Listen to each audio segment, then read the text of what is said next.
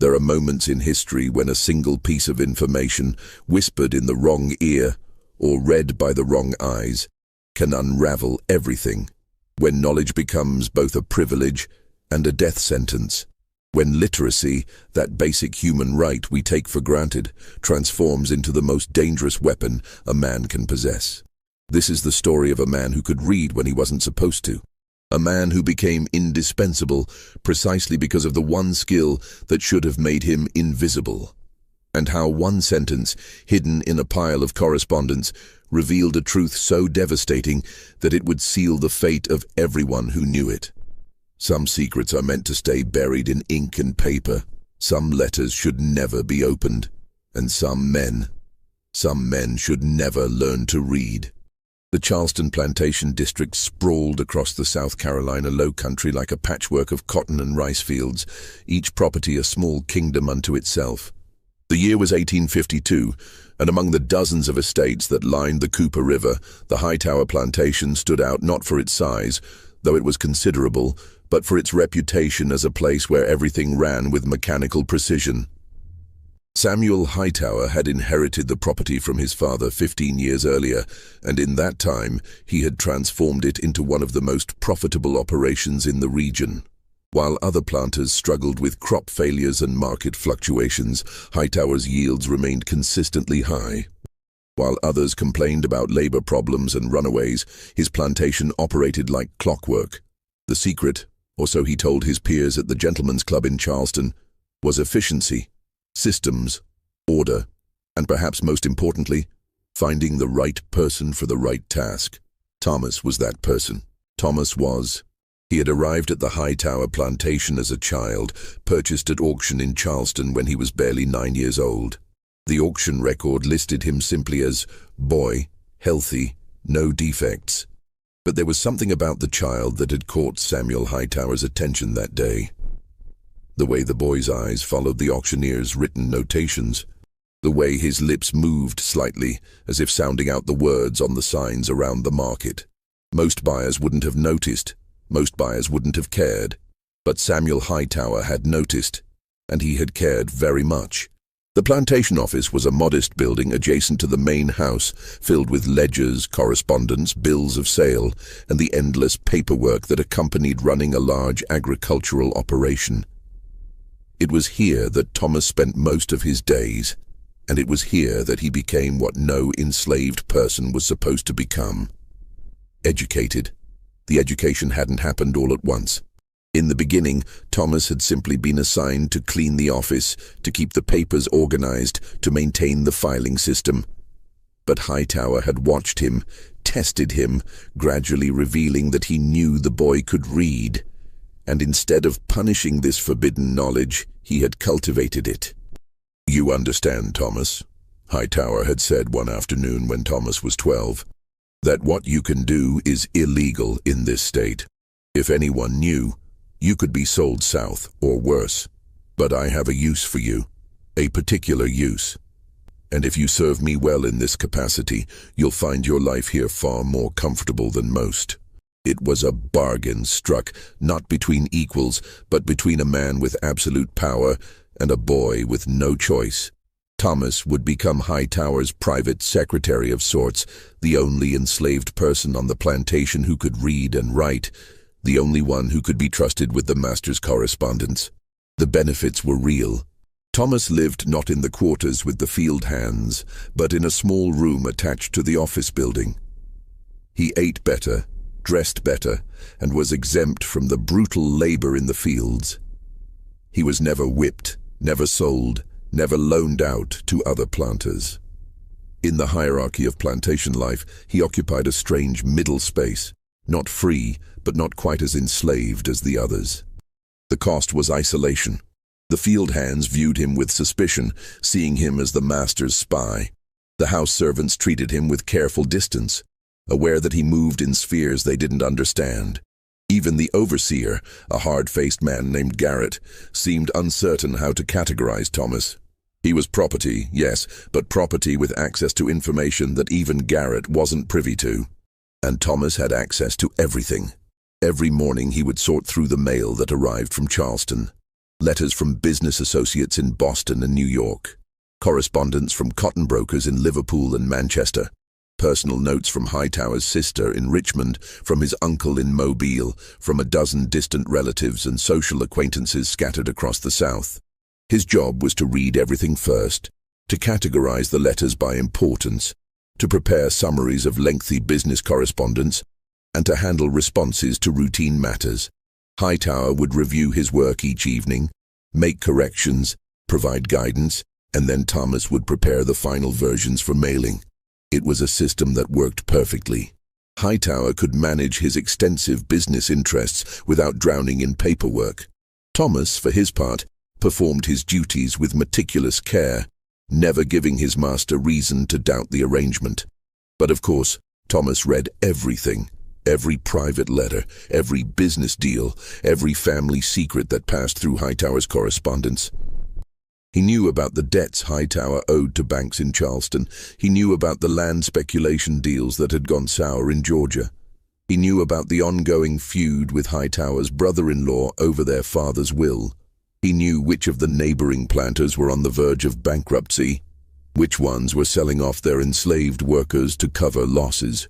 Knowledge accumulated over years, a vast mental library of information that Thomas could never share, never act upon, never use for anything except serving his master more efficiently, until the letter arrived in September. It came in the regular post from Charleston, mixed in with a dozen other pieces of correspondence. The envelope was unremarkable.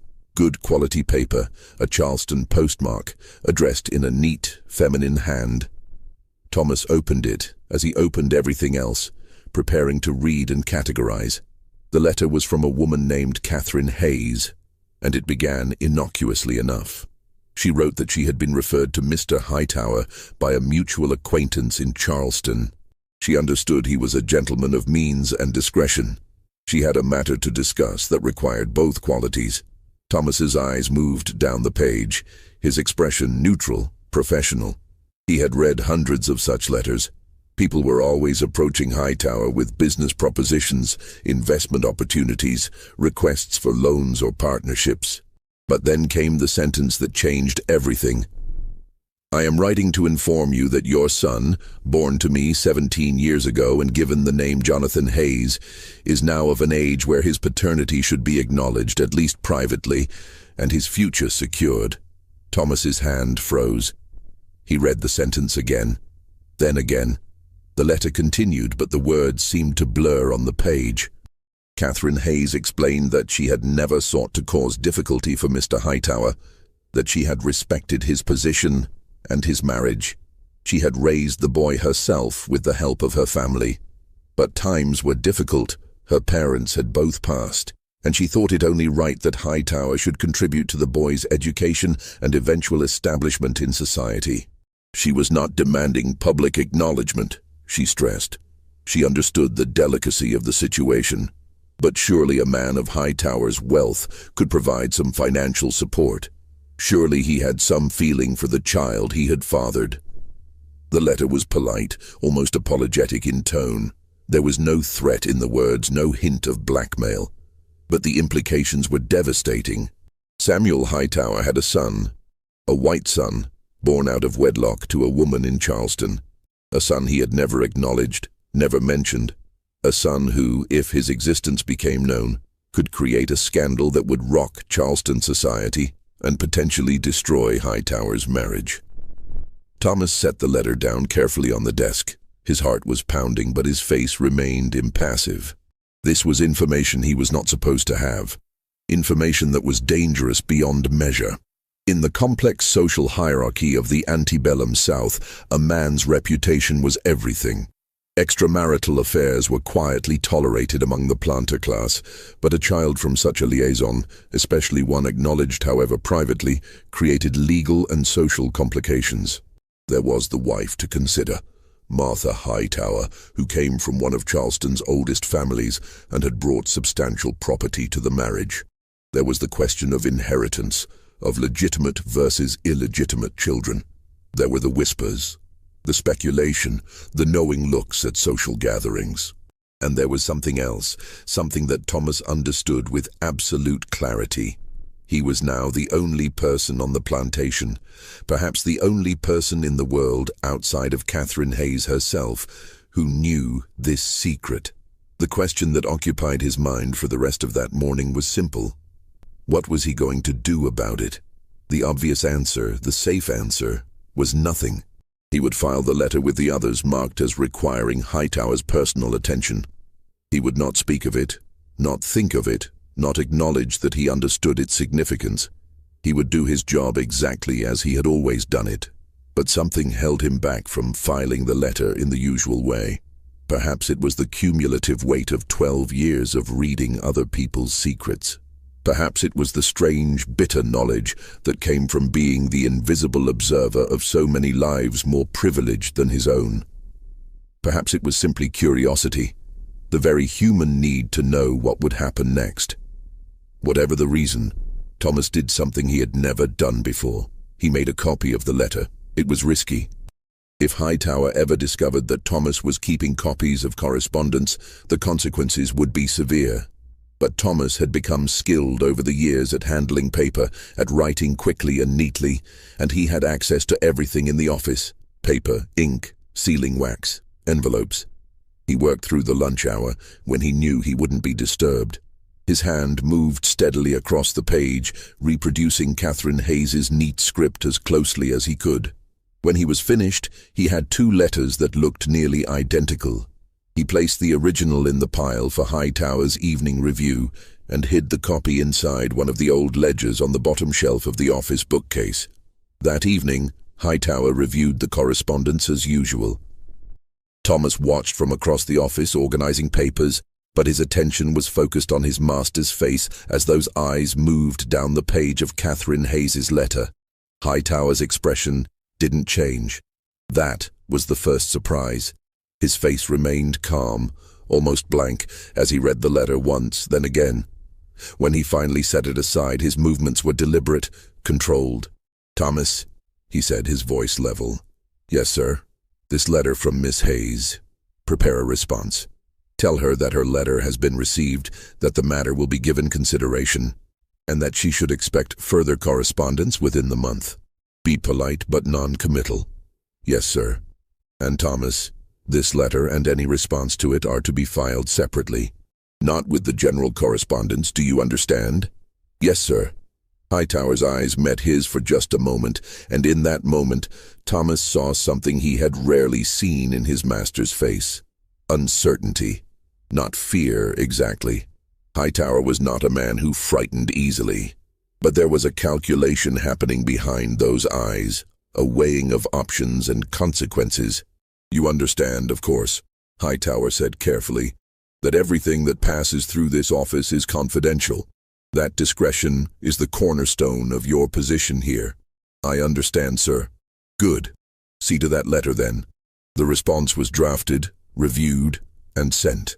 The original letter was filed in a locked drawer of Hightower's desk, separate from all other correspondence. And life on the plantation continued as if nothing had changed. But everything had changed. Over the following weeks, Thomas watched Hightower with new attention. The master made 2 trips to Charleston that fall, which was unusual. Typically, Hightower conducted business through correspondents and trusted agents, visiting the city only a few times a year. These trips were brief, just a day or 2 each, and Hightower offered no explanation for them beyond vague references to business matters. More letters arrived from Catherine Hayes. Thomas opened and read each one before passing them along to Hightower. The tone of the letters shifted gradually from polite request to increasing concern. Miss Hayes wrote that she had expected more than just acknowledgement. She had hoped for specifics, an amount, a plan, some concrete indication that Hightower intended to fulfill his obligations. Her circumstances, she wrote, were becoming difficult. Her son was bright, deserved education, opportunities. Surely Mr. Hightower could understand a mother's concern for her child's future. Hightower's responses, which Thomas dutifully drafted under his master's guidance, remained polite but evasive. The matter was being considered. Arrangements took time. Patience was required. By November, the tone of Catherine Hayes's letters had changed again. Now there was an edge to them, a hint of desperation or perhaps frustration. She wrote that she had been patient for 17 years. She had asked for nothing during all that time, had kept her silence, had protected his reputation. She thought such loyalty deserved recognition. It was in this letter that she mentioned, almost casually, that her son Jonathan had expressed interest in traveling to visit his father's plantation. The boy was curious about the man who had given him life, even if he couldn't give him a name. Perhaps a visit could be arranged. Hightower's face when he read that letter was a study in controlled rage. He dictated a response that was notably colder than previous correspondence. Such a visit would be impossible, he wrote. Entirely inappropriate. Miss Hayes needed to understand that there were boundaries to what could be accommodated, limits to what discretion allowed. Thomas copied that letter too, adding it to his secret archive in the ledger.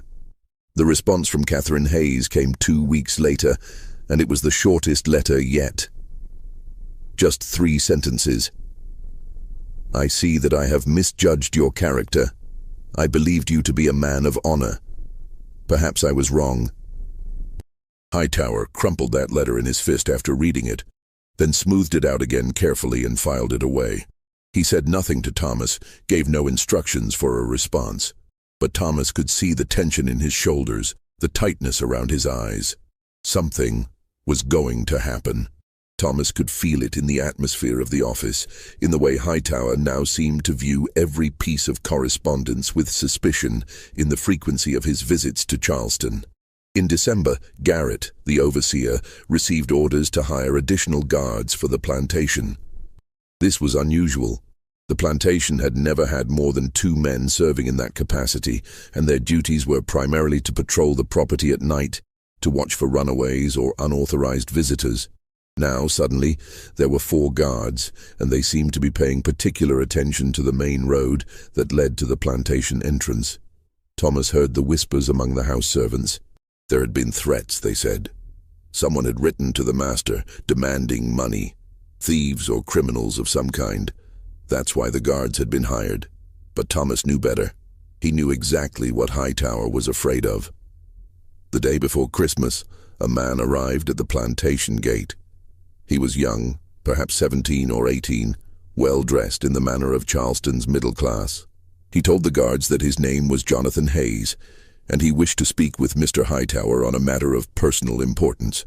The guards, following their instructions, turned him away. They were polite but firm. Mr. Hightower was not receiving visitors. If Mr. Hayes had business to discuss, he should conduct it through proper channels, through correspondence. The young man argued. He said he had traveled from Charleston specifically for this meeting. He said it was a matter that could not be discussed in letters. He said, and Thomas heard this third hand, from one of the house servants who had heard it from one of the guards. He said that he was family. The guards escorted him off the property. He left, but not before standing at the gate for a long moment, staring up the tree-lined drive toward the main house he would never enter. Thomas learned about the incident that evening from Hightower himself. There was a situation at the gate today, Hightower said, his voice carefully neutral. A young man claiming to be related to the family. The guards handled it appropriately. I see, sir, Thomas replied. If anyone should inquire about the incident, any of the servants, anyone at all, you are to say that it was a confused young man, perhaps touched by madness or strong drink. You understand? Yes, sir. Good. But Hightower's hand shook slightly as he poured himself a glass of whiskey that evening, and Thomas noticed. The letter that arrived in January was different from all the others. It came not from Catherine Hayes, but from a law office in Charleston. Blackwell and Sons, attorneys at law. Thomas's blood ran cold as he read it. The letter was formal, written in the dry legal language of professional correspondence. It informed Mr. Hightower that the firm was now representing Miss Catherine Hayes and her son, Jonathan Hayes, in a matter concerning paternity and financial support. The letter outlined in precise legal terms the evidence Miss Hayes possessed. Letters from Hightower written years earlier. Letters Thomas had never seen from before he had come to work in the office. Testimony from witnesses who could place Hightower and Miss Hayes together during the relevant time period, and the physical resemblance between Jonathan Hayes and the Hightower family. The letter stated that Miss Hayes did not wish for public scandal. She remained willing to settle the matter privately, but she required concrete action, formal acknowledgement of paternity in a legal document, a substantial sum to cover the costs of Jonathan's upbringing and education, and provisions for Jonathan's future. If these terms were not met within 30 days, the letter concluded, Miss Hayes would be forced to pursue the matter through the courts, and the details would necessarily become a matter of public record. It was blackmail, dressed up in legal language. Polite blackmail, perhaps, but blackmail nonetheless. Thomas filed the letter as instructed and waited for Hightower's reaction that evening. There was a long silence in the office after Hightower finished reading. The only sound was the ticking of the grandfather clock in the corner and the scratch of Thomas's pen as he worked on routine correspondence at the side desk. "Thomas," Hightower finally said, his voice strange, distant. "Yes, sir." "How long have you worked in this office?" The question caught Thomas off guard. 12 years, sir. Since I was 12 years old." 12 years, Hightower repeated. "And in all that time, have you ever betrayed a confidence? Ever spoken of the business that passes through this room?" "No, sir. Never." "No," Hightower agreed. "You've been perfectly loyal, perfectly discreet, which is why I find myself in an unusual position, Thomas. I need to trust you with something that goes beyond our usual arrangement." Thomas set down his pen, giving Hightower his full attention. "This matter with the Hayes woman," Hightower continued.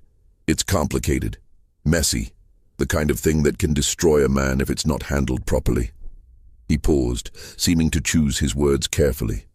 "I need someone who can travel to Charleston on my behalf, someone who can deliver a message or perhaps retrieve something, someone who won't ask questions or speak of what they've seen or heard." "I understand, sir. Do you?" Hightower's eyes were sharp now, calculating. "Because what I'm about to ask you to do, it's outside the normal scope of your duties. It may require you to be clever, to think on your feet, and it absolutely requires your complete silence." Thomas nodded slowly. "What would you need me to do, sir?" Hightower stood and walked to the window, looking out over the dark plantation grounds. "I need you to deliver a response to the lawyers, in person, not through the mail. And I need you to make it clear, very clear, that I will not be extorted. That if Miss Hayes wishes to pursue this matter in court, she should understand that the full weight of the Hightower name and resources will be brought to bear. That such a course would be ruinous for her and her son. You want me to threaten them, sir?" "I want you to make them understand reality," Hightower corrected. "Miss Hayes has lived a comfortable life in Charleston because I have provided for her, quietly, over the years. She owns her house because I arranged the purchase. She has enjoyed a certain social position because I ensured she had the means to maintain it. If she chooses to make this matter public, all of that ends. She'll be revealed as a woman who carried on an affair with a married man who conceived a child out of wedlock. Her son will be labeled a bastard. They'll both be ruined socially, and I'll make certain they're ruined financially as well." Thomas listened carefully, his face neutral but his mind was racing. This was a side of Hightower he had never seen so directly. The cold calculation, the willingness to destroy those who threatened him. "I'll need papers," Thomas said carefully. "Travel documents explaining why I'm going to Charleston. A letter of introduction to the lawyers, perhaps, so they'll agree to meet with me. All of that will be arranged," Hightower assured him. "You'll travel under the guise of conducting routine business for the plantation. As far as anyone else knows, you're simply picking up supplies or delivering crop samples. But your real purpose will be to deliver my message to the Blackwell firm and to gauge their seriousness. If they're reasonable, there may be room for a small settlement, something that satisfies Miss Hayes without acknowledging anything publicly. If they're intransigent, well, then we move to other strategies. When would you want me to leave, sir?" "Tomorrow," Hightower said. "The response needs to be delivered before the 30-day deadline they've imposed." I'll have everything ready for you in the morning." That night, Thomas lay awake in his small room, staring at the ceiling. He thought about the secret archive of letters he had been copying and hiding in the office ledger. He thought about Catherine Hayes and her son, turned away at the plantation gate. He thought about the power dynamics that governed his entire existence, Hightower's absolute authority over him, but also Thomas's unique access to information that could destroy his master. For the first time in his life, Thomas began to consider the possibility of leverage. He wasn't planning escape. That was nearly impossible for an enslaved person in South Carolina in 1853, particularly one who was as recognizable and valuable as he was. But perhaps there was another way. Perhaps the information he possessed, carefully used, could be transformed from mere knowledge into something more tangible. Security, protection, maybe even eventual freedom. The ideas were dangerous, bordering on suicidal, but they were there, taking shape in his mind as he listened to the sounds of the plantation at night. The next morning, Hightower provided Thomas with everything he needed. Travel papers identifying him as the property of Samuel Hightower and authorized to travel on plantation business, a letter of introduction to the Blackwell law firm, a sealed envelope containing Hightower's formal response to their demands, and a small purse of coins for expenses. Garrett, the overseer, was instructed to escort Thomas to Charleston in the plantation wagon, to see him to the lawyer's office, and to wait while the business was conducted. Hightower was taking no chances that Thomas might attempt to run or to deviate from his assigned task. The journey to Charleston took most of the day. Garrett drove in silence, his weathered face unreadable. He had been given his instructions and would carry them out without question or curiosity. That was the kind of man he was. Charleston in January was cold and grey, the streets busy with commerce despite the chill. The law office of Blackwell & Sons was located near the waterfront in a respectable brick building that housed several professional firms. Garrett waited with the wagon while Thomas climbed the stairs to the second-floor office. The clerk who greeted him was a young white man who looked at Thomas with undisguised suspicion and curiosity. It was unusual, after all, for an enslaved person to arrive at a law office with business to conduct. "I'm here on behalf of Mr. Samuel Hightower," Thomas explained, showing the letter of introduction. "I have a response to the correspondence sent to Mr. Hightower regarding the Hayes matter." The clerk's eyebrows rose. "I see. Wait here." He disappeared into an inner office, and Thomas heard low voices in discussion. After a few minutes, an older man emerged, one of the Blackwell partners, Thomas assumed. He was perhaps 50, with iron-gray hair, and the kind of face that had spent years negotiating deals and settlements. "You're Hightower's man?" the lawyer asked. "Yes, sir. And you have a message for us?" Thomas handed over the sealed envelope. The lawyer opened it there in the outer office, his eyes scanning the contents. His expression remained professionally neutral, but Thomas thought he detected a flicker of surprise, or perhaps concern. "This is quite firm," the lawyer said finally. "Mr. Hightower is taking a rather aggressive stance." "I'm instructed to clarify Mr. Hightower's position," Thomas said carefully, reciting the speech he had rehearsed. "He maintains that the allegations have no basis in fact, and that any attempt to pursue them publicly will be met with the full force of his legal and financial resources. He wishes to make clear that such a course would be detrimental to all parties involved." The lawyer studied him for a long moment. "You're educated," he observed, "unusual for someone in your position." "Mr. Hightower has found it useful," Thomas replied carefully. "I'm sure he has." The lawyer tapped the letter against his palm thoughtfully. "Tell your master that I'll relay his response to my client. But I should inform you, and you may inform him, that Miss Hayes is not without resources of her own. She has evidence, she has witnesses, and she has a son who bears a remarkable resemblance to the Hightower family. If this matter goes to court, it won't be as easily dismissed as Mr. Hightower seems to believe." Thomas nodded. "I'll convey that to Mr. Hightower, sir." "Good. Is there anything else?" This was the moment.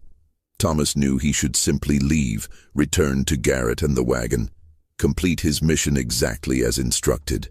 But instead, he heard himself say, "I wonder, sir, if it would be possible for me to speak briefly with Miss Hayes herself." The lawyer's eyes narrowed. "Why would you want to do that?" Mr. Hightower indicated that if there was room for reasonable compromise, I should explore those possibilities. Thomas improvised. It was a lie, of course. Hightower had said no such thing. But it was a plausible lie, one that fit the situation. The lawyer considered this. "Miss Hayes isn't here, but I could potentially arrange for you to meet with her briefly, if you can wait an hour or so. She lives nearby." "I can wait," Thomas said. The hours stretched to nearly 2, but finally a woman arrived at the law office. Catherine Hayes was in her mid-40s, well-dressed but not wealthy, with the kind of face that had once been beautiful and still retained a certain quiet dignity. She was accompanied by a young man who could only be Jonathan. The resemblance to Samuel Hightower was striking. Jonathan had the same strong jaw, the same set to his shoulders, the same color eyes. If anyone compared him to Hightower side by side, there would be no question of paternity. The meeting took place in a small conference room, with the lawyer present but standing slightly apart, allowing Thomas and Catherine Hayes to speak. "You work for Samuel?" she asked, and there was something in her voice, not quite bitterness, but a kind of tired resignation. "Yes, ma'am. I manage his correspondence." "So you've read my letters?" "Yes, ma'am. And what do you think of them?" "Of me? A woman trying to extort money from her former lover." There was a challenge in the question. Thomas chose his words carefully. "I think, ma'am, that you're trying to provide for your son. I understand that." Catherine Hayes studied him for a long moment. "Samuel sent you here to frighten me, didn't he? To make me understand that he'll destroy me if I persist. He sent me to deliver a message." "Yes, ma'am." "Well, you can tell Samuel that I'm not frightened." Her voice was steady. "I've lived with this secret for 17 years. I've raised Jonathan on my own, with minimal help from the man who fathered him. I've asked for nothing, demanded nothing until now. But my son deserves better than what I can provide for him alone. He deserves an education, opportunities, a future, and his father has the means to provide those things." Jonathan stood silently beside his mother, and Thomas saw something in the young man's eyes.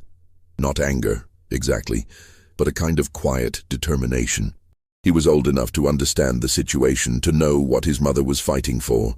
"Ma'am," Thomas said slowly, "may I speak frankly? Please. Mr. Hightower will not acknowledge Jonathan publicly. He cannot. It would destroy his marriage, his social position, potentially his business relationships. No argument or legal threat will change that fundamental reality." "Then what are you suggesting?" Catherine Hayes asked. "I'm suggesting that perhaps there's a middle ground, an arrangement that provides for Jonathan's future without requiring public acknowledgement. A trust of some kind, perhaps, or a settlement that appears to have nothing to do with paternity. Something that gives Jonathan the opportunities he deserves while protecting Mr. Hightower's reputation." The lawyer, who had been listening, spoke up. "That's actually not far from what we initially proposed, before Mr. Hightower's aggressive response." Thomas nodded. "I think if the proposal were presented in the right way, there might be room for negotiation. But it would require patience, discretion, and a willingness to accept less than complete victory on both sides." Catherine Hayes looked at her son, then back at Thomas. "You're very well spoken for someone in your position. Samuel chose his confidential secretary well." "Thank you, ma'am." "Why are you helping us?" she asked suddenly. "You work for Samuel. Your loyalty should be to him." It was a fair question, and Thomas didn't have a simple answer. "I'm not sure I'm helping anyone, ma'am. I'm simply trying to prevent a situation that would hurt everyone involved, including Mr. Hightower." That much was true, at least partially. But there was another truth beneath it, one Thomas was only beginning to acknowledge to himself. He was tired of being invisible, of accumulating knowledge he could never use, of watching other people's lives and dramas unfold while his own life remained static, controlled, owned. This situation, dangerous as it was, represented something else. It represented possibility. Thomas left the law office with a promise that he would speak to Hightower about alternative approaches to settlement. Garrett drove him back to the plantation in the same taciturn silence as before, unaware that the meeting had gone far beyond a simple delivery of a message. When Thomas reported to Hightower that evening, he carefully edited his account. He described the lawyer's reception of Hightower's letter, conveyed the warning that Miss Hayes had evidence and witnesses, and suggested that a settlement, carefully structured to avoid any admission of paternity, might be the most practical solution. Hightower listened, his face unreadable. "You spoke only to the lawyer?" he asked. Thomas hesitated for just a fraction of a second. "The lawyer and his client, sir. She arrived while I was there. The lawyer thought it might facilitate understanding if we spoke briefly." "I see." Hightower's eyes were sharp, suspicious. "And what was your impression of Miss Hayes?" "She's determined, sir, but I believe she's also practical. She wants security for her son, not scandal. If that security can be provided without public acknowledgement, I think she would accept such an arrangement." "And you came to this conclusion based on a brief conversation?" "Based on the tone of her letters, the lawyer's comments, and yes, the conversation, sir." Hightower stood and walked to the window again, that same position he had taken during their previous difficult discussion. "You've been useful today, Thomas. More useful than I expected. But I need you to understand something clearly. This matter is extremely delicate. The wrong word to the wrong person could be devastating. Your discretion isn't just requested, it's absolutely required." "I understand, sir." "Do you?" Hightower turned to face him. "Because I'm beginning to wonder if you understand too much. If your access to my correspondence has given you ideas, ambitions perhaps." The moment stretched between them, dangerous and charged. Thomas kept his face carefully neutral, his voice steady. "I have no ambitions beyond serving you faithfully, sir, as I have for 12 years. "Good," Hightower said, but there was something in his tone that suggested he wasn't entirely convinced. "Good. Then we'll continue as we have been. I'll consider the options for settlement. You'll maintain absolute silence about this entire matter. Is that clear?" "Perfectly clear, sir." But as Thomas left the office that night, he felt the weight of Hightower's suspicion like a physical presence. The master was beginning to wonder if his perfectly loyal, perfectly discreet secretary might represent a danger. And Hightower was right to wonder. Over the next few weeks, Thomas became the intermediary in a delicate negotiation. Letters flowed back and forth between the plantation and Charleston, between Hightower and the Blackwell firm, and Thomas read every word of every letter on both sides. Slowly, painfully, an agreement began to take shape. Hightower would establish a trust fund, not for Jonathan Hayes specifically, but for certain educational purposes managed by the Blackwell firm. The amount was substantial, enough to cover Jonathan's education at a good school in the North, with additional provisions for his eventual establishment in business or profession. In exchange, Catherine Hayes would sign a legal document stating that she made no claims against Samuel Hightower, would not seek further financial support, and would not publicly suggest any connection between the Hightower and Hayes families. The document was carefully worded to avoid any admission of paternity while still binding both parties to silence. It was a compromise that satisfied no one completely, but that everyone could live with. The lawyers drew up the papers. Hightower reviewed and approved them. A date was set for the signing of the agreement, to take place at the Blackwell office in Charleston. Thomas was instructed to attend the signing, to witness the signatures, and ensure that all documents were properly executed. This time he would travel alone. Hightower evidently had decided that Garrett's presence was unnecessary, or perhaps he simply wanted the whole matter concluded as quietly as possible.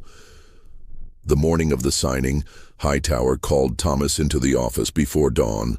"This matter will be concluded today," Hightower said. "After this, I don't want to hear the name Catherine Hayes or Jonathan Hayes ever again. The papers will be signed, filed with the lawyers, and forgotten. Do you understand?" "Yes, sir."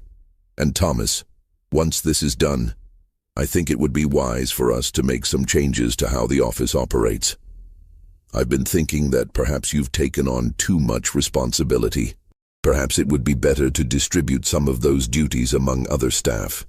You could focus on simpler tasks, the kind that don't require you to read quite so much of my correspondence. The message was clear. Hightower no longer trusted him with full access to the correspondence. The master was beginning to see his educated slave as a liability rather than an asset.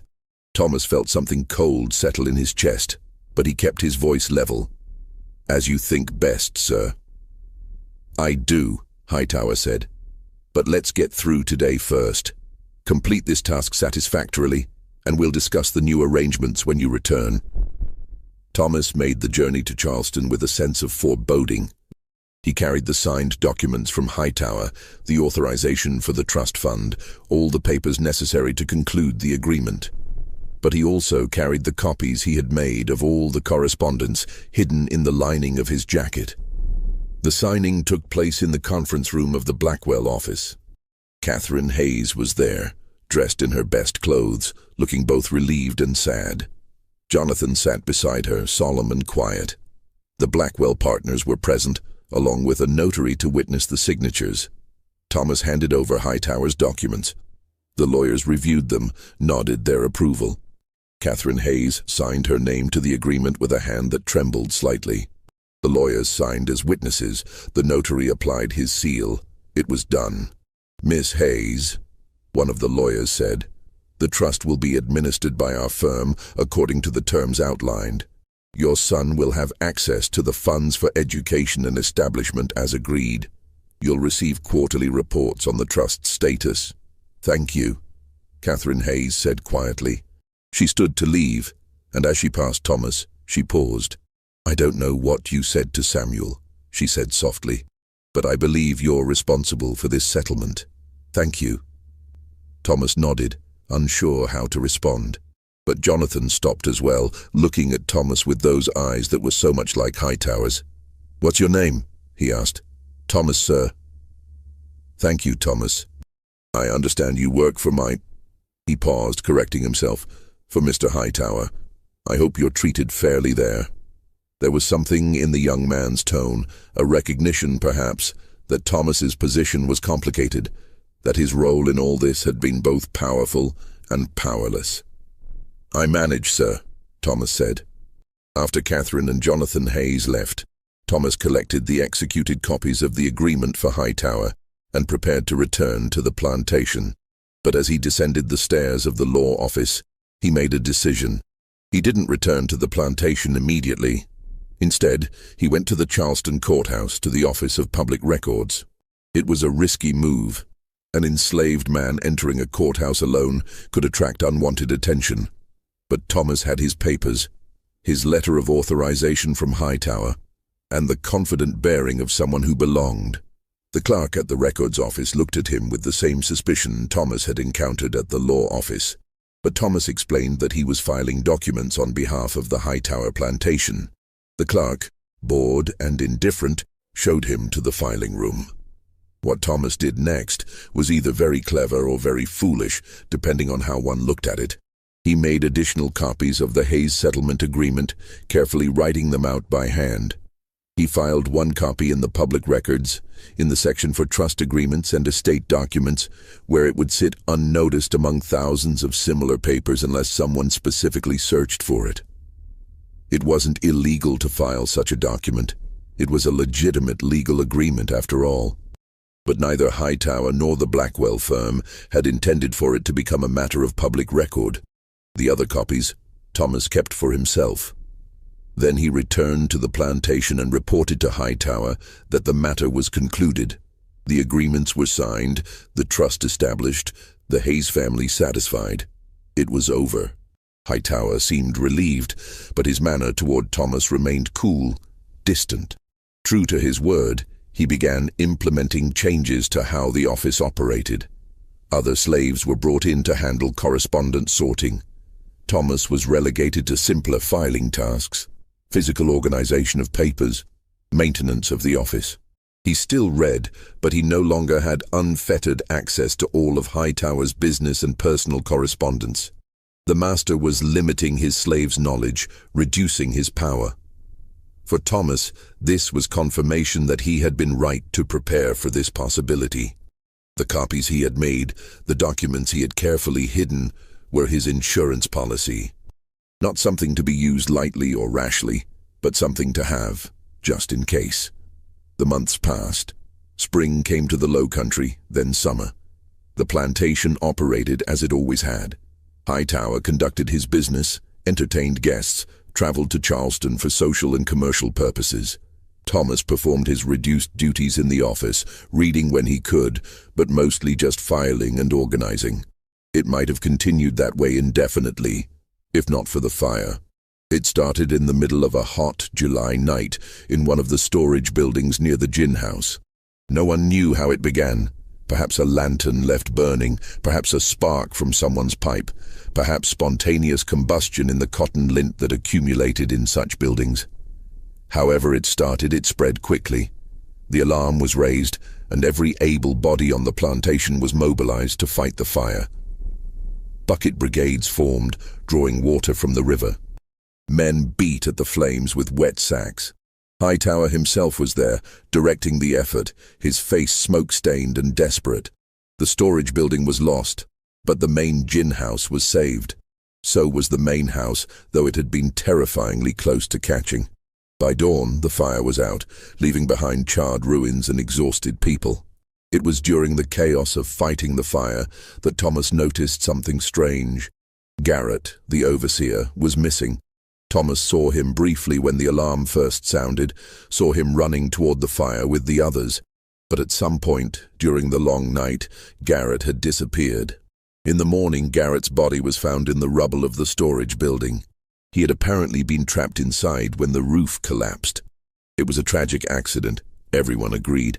Garrett had been trying to save equipment or records stored in the building and had been caught by the collapsing structure. But Thomas wondered. Garrett had been a hard man, often cruel, but he wasn't stupid. He wouldn't have entered a burning building unless he had a compelling reason. 2 days after the fire, Hightower called Thomas into the office. The master looked exhausted, aged by the stress of the fire and its aftermath.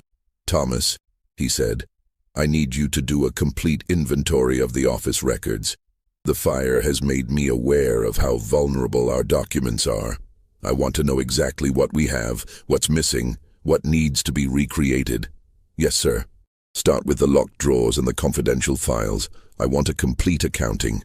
Thomas spent the next week on the inventory. He worked methodically, cataloging every paper, every ledger, every piece of correspondence. And when he reached the locked drawer where the Hayes correspondence had been filed, he found it empty. Every letter from Catherine Hayes, every response from Hightower, every piece of documentation related to the settlement, all of it was gone. Thomas stared at the empty drawer for a long moment, his mind working. Then he went to find Hightower. "Sir," he said, "the Hayes correspondence, it's missing from the confidential files." Hightower looked up from his desk, his face carefully neutral. "Is it?" "Yes, sir. The entire file is gone. Perhaps it was misfiled, or perhaps I moved it to another location for safekeeping. I wouldn't worry about it, Thomas." But Thomas saw the truth in his master's eyes. The papers hadn't been misfiled. They had been deliberately removed, and Thomas was suddenly certain that Garrett hadn't died in a tragic accident. He had been in that building because he'd been ordered to be there, perhaps to destroy records, perhaps to retrieve something. And the fire had been no accident either. Hightower had decided to erase all evidence of the Hayes affair, and he had been willing to sacrifice Garrett to do it. Thomas felt a chill run through him, but he kept his voice steady. "Of course, sir. I'll continue the inventory." "You do that," Hightower said, and turned back to his work. That night, Thomas lay awake, thinking about his hidden copies of the correspondence, about the documents he had filed in the Charleston courthouse. He had thought of them as insurance, as leverage. Now he realized they were something else. They were evidence of a crime. If Hightower had murdered Garrett to cover up the Hayes affair, then Thomas possessed the proof of what the master had been so desperate to hide. The letters showed the timeline, the motive, the master's growing desperation as Catherine Hayes persisted in her demands. But what could Thomas do with that knowledge? He was an enslaved man. He had no legal standing, no right to testify in court against a white man, no way to bring charges or seek justice. The information that might have been powerful in free hands was nearly worthless in his. Nearly, but not quite. Because there were people who would be very interested in such information. Catherine Hayes, for instance, the Blackwell law firm.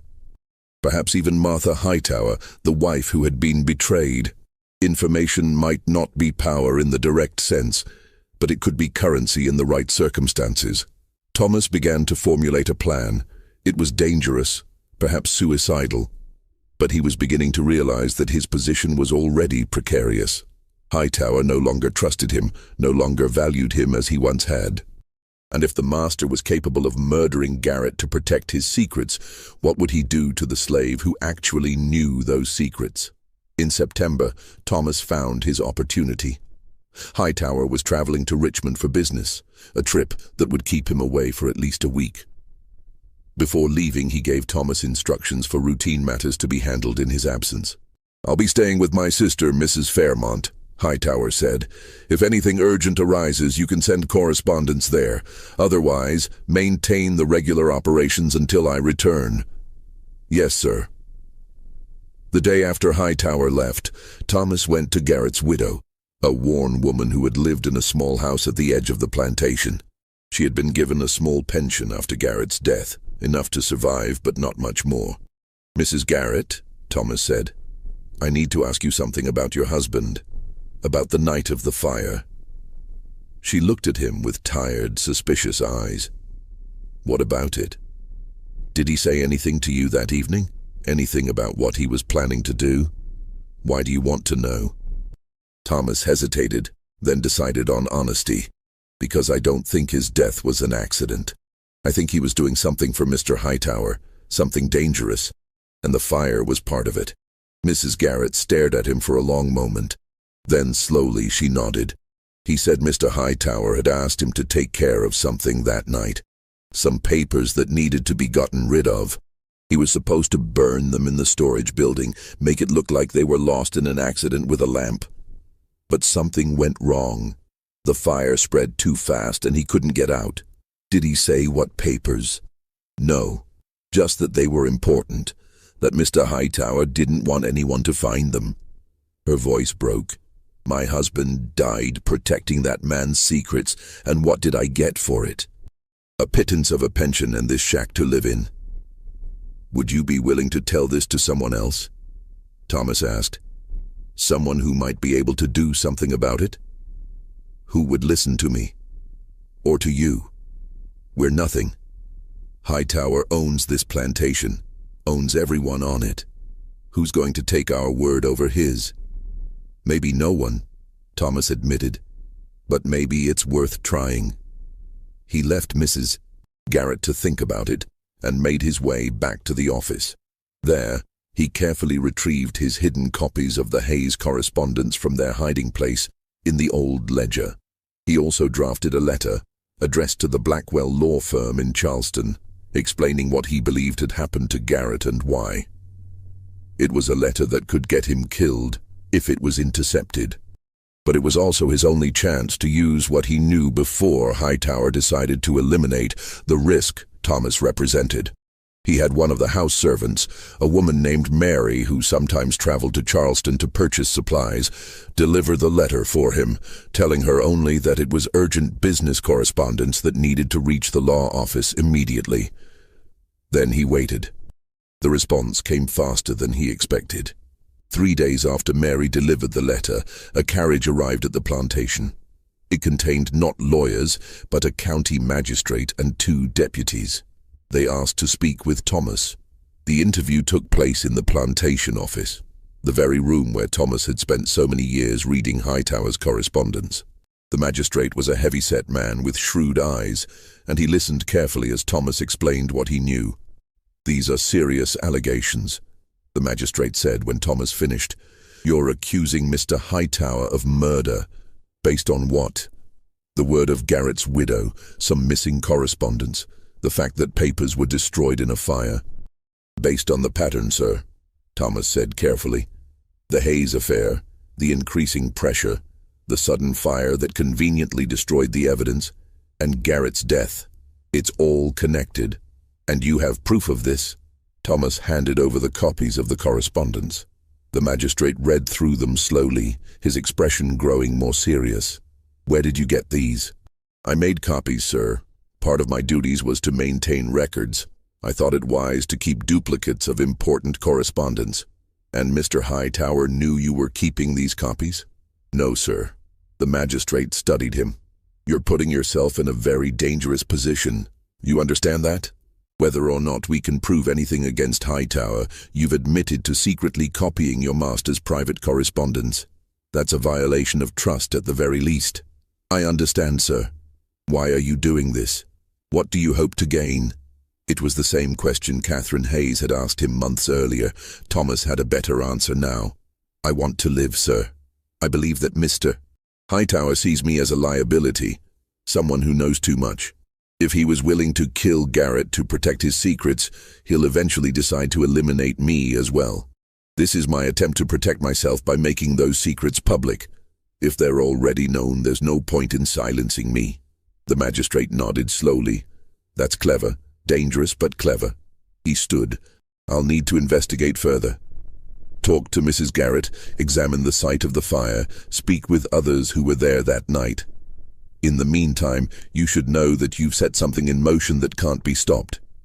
Even if nothing comes of the murder allegations, Hightower will know that you've betrayed him. He'll know what you've done. I know, sir. Then may God help you, the magistrate said. The investigation stretched over the next 2 weeks. Thomas continued his duties in the office, but the atmosphere on the plantation had changed. Word had spread about the magistrate's visit, about the questions being asked. No one knew the full details, but everyone sensed that something significant was happening. Hightower returned from Richmond to find his plantation under scrutiny. When he learned what Thomas had done, his rage was cold and controlled but absolute. You've destroyed everything, he said, facing Thomas in the office. Everything I built, everything I protected. For what? Your freedom? Do you think the magistrate cares about you? You're a slave, Thomas. Your testimony means nothing. You've sacrificed everything, including your own life, for nothing. Maybe, Thomas said. But at least people know now. Miss Hayes knows. Your wife knows. The whole county knows that you had a son you refused to acknowledge, that you tried to hide it, that a man died because of your secrets. Even if they can't prove murder, they know. Hightower's face was pale, his hands trembling with suppressed fury. Get out of this office. You're relieved of all duties. You'll be sold south by the end of the month. Yes, sir, Thomas said, and left. Being sold south was one of the most feared threats in the enslaved community. It meant being sold to the brutal labor camps of the Deep South, to the sugar plantations of Louisiana, or the cotton fields of Mississippi, where life expectancy was measured in years, and conditions were far harsher than in the coastal regions. It was a death sentence just slower than a bullet, but Thomas had one more card to play. The documents he had filed at the Charleston courthouse had been more than just insurance. They were a public record now, accessible to anyone who knew to look for them, and he had made sure that the right people knew. Catherine Hayes, for one. She had been horrified to learn about Garrett's death and the circumstances surrounding it. She had also been furious to discover that Hightower had tried to destroy all evidence of the settlement agreement, potentially leaving Jonathan without the protection they had negotiated. She went to the newspapers. The scandal that erupted in Charleston society was everything Hightower had feared and worse. The papers didn't explicitly accuse him of murder. That would have been libel. But they reported on the mysterious death of an overseer, on allegations of destroyed evidence, on the existence of a secret son, and a settlement agreement. They noted that a slave with unusual education had brought the matter to light, that a magistrate was investigating. Charleston's high society loved nothing more than a scandal involving one of their own, and the Hightower affair had everything: secret children, possible murder, a betrayal by a trusted servant. Martha Hightower, the wife, filed for separation. The banks that had extended credit to Hightower's operations began calling in their loans. Business partners quietly severed their connections. Within a month, the social and financial edifice that Samuel Hightower had built began to crumble. And in the midst of all this, Thomas found himself in an unexpected position. The magistrate's investigation couldn't prove murder. The evidence was too circumstantial, and Thomas's testimony, as an enslaved person, couldn't be used in court against a white man. But the investigation had made Thomas visible in a way that made him valuable. The newspapers called him the educated slave who exposed the Hightower secrets. Abolitionists in the North got wind of the story and began using it as propaganda. See how even the most privileged enslaved person was ultimately powerless, how even those granted education and relatively good treatment were still property, still vulnerable. Several Northern abolition societies approached the Blackwell law firm with an offer. They would purchase Thomas's freedom and provide him with safe passage to the North, where he could tell his story publicly. Hightower, desperate for cash as his empire collapsed and eager to be rid of the slave who had destroyed him, agreed to the sale. In November of 1853, Thomas walked out of the Hightower plantation as a free man. He carried with him nothing but the clothes on his back and the knowledge he had accumulated over 12 years of reading other people's mail. The story could have ended there, a triumph of sorts. A slave who used forbidden literacy and carefully gathered information to secure his freedom, to bring down a cruel master, to expose injustice. But the reality was more complicated. Thomas traveled north, first to Philadelphia and then to Boston. The abolition societies that had purchased his freedom wanted him to speak at public meetings, to write his memoirs, to become a voice for the cause. And Thomas tried. He spoke at several meetings, told his story, described his years in the office reading correspondence, explained how he had gathered evidence of Hightower's affair and cover-up. But he found that Northern audiences wanted a different kind of story. They wanted tales of brutal physical abuse, of families torn apart, of escape and heroic flight to freedom. His story of relative privilege, of education, of manipulation and information rather than physical resistance didn't fit the narrative they expected. Moreover, Thomas discovered something uncomfortable about his own actions. Yes, he had exposed Hightower's secrets and secured his own freedom. But in doing so, he had also devastated Catherine Hayes and her son. The public scandal had ruined them socially. Catherine Hayes was forced to leave Charleston, ostracized by the community. Jonathan's hopes for education and establishment were complicated by being publicly known as an illegitimate child. Thomas had used their story as leverage for his own freedom, and they had paid a price for that. He tried to make contact with Catherine Hayes to apologize, to explain, but she refused to see him. He received a single letter from her, brief and cold. "You did what you needed to do to survive. I understand that. But please don't expect gratitude or forgiveness. You saved yourself at the expense of my son's future. That was your choice, and we all must live with it." As for Hightower, the former planter never recovered from the scandal. He sold the plantation at a loss, moved to a smaller property in the western part of the state, and died of a stroke 2 years later. His wife never reconciled with him. Thomas lived the rest of his life in Boston, working as a clerk and eventually as a teacher in a school for black children. He never wrote his memoirs, despite continued requests from abolitionists. He kept the copies of the Hightower correspondence hidden away, never showing them to anyone. When he was older, a student once asked him if he regretted his actions, if he would do things differently given the chance. Thomas thought about it for a long time before answering. "I read a sentence," he finally said, "that changed my life. That gave me the opportunity to become free. But freedom came at a cost, not just to me, but to others who were caught up in the secrets I revealed. Was it worth it? I don't know. I'm here, I'm free, I'm alive. But I'm not sure I can call it justice. It's more like survival. And survival is rarely clean or simple. He paused, then added, "Literacy is a powerful thing. Knowledge is a powerful thing. But power doesn't automatically translate into righteousness. That's something I learned too late."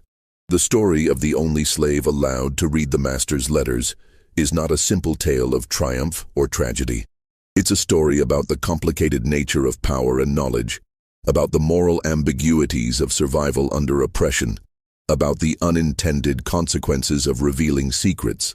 One sentence changed everything, but whether that change was for better or worse depends on who you ask and what price they paid for the truth. Thomas died in 1889 at the age of 58. Among his personal effects was a locked box containing copies of letters written more than 35 years earlier. His students wondered why he had kept them, what significance they held, but Thomas had never explained, and the letters, like so many secrets,